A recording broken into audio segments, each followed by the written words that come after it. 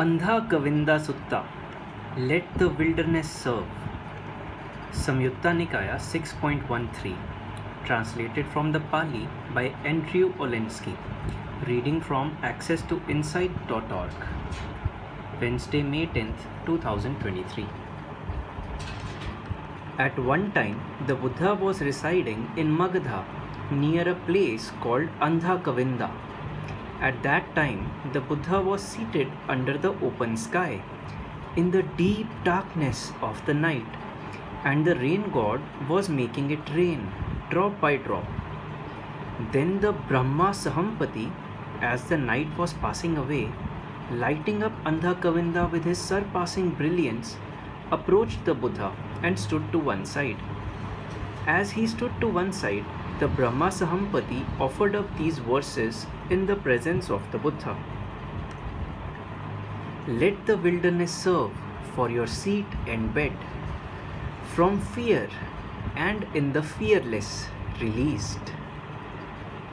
In places where frightening serpents abide, lightning clashes and the rain god thunders. In the blinding darkness of the deepest night, there he sits, the monk who has vanquished his dread. Let the wilderness serve for your seat and bed. Go about set free from the ties that bind. But if, perchance, you don't find there your bliss, then live in a group, but watch over yourself, mindful, proceeding for alms from house to house, mindful, with guarded faculties, and wise. Translator's note: the theme of Sahampati's first lines is fear, a present issue for the followers of the Buddha who were encouraged to practice alone in the depths of the wilderness.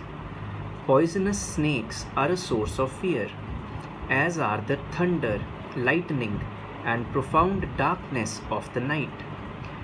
The dread overcome by the bhikkhu in the last line of the verse is literally the wonderful phrase, the hair standing up on the back of one's neck.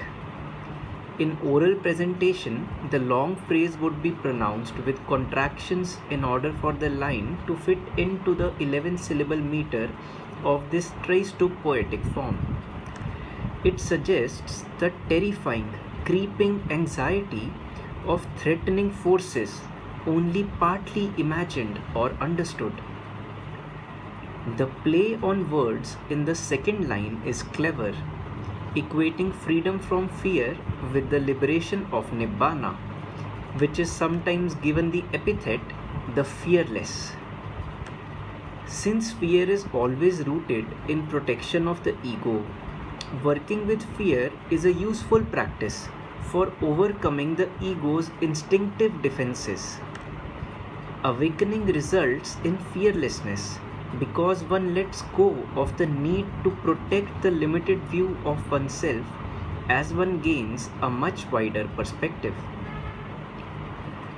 The second verse allows that dwelling as a hermit, though a powerful practice, may not be appropriate for everybody. For many, it is better to live in community, but one should not thereby consider oneself free from the objects of fear, because ultimately these forces are all within us. Removed from the dangers of the wilderness, a person must be especially attentive to watching over the workings of their own mind. In community, the serpents of ill will, the storms of desire, and the darkness of delusions are equally dangerous for those seeking the peace of liberation. And mindfulness is our greatest ally in watching over or guarding the workings of our minds as we try to get along with others.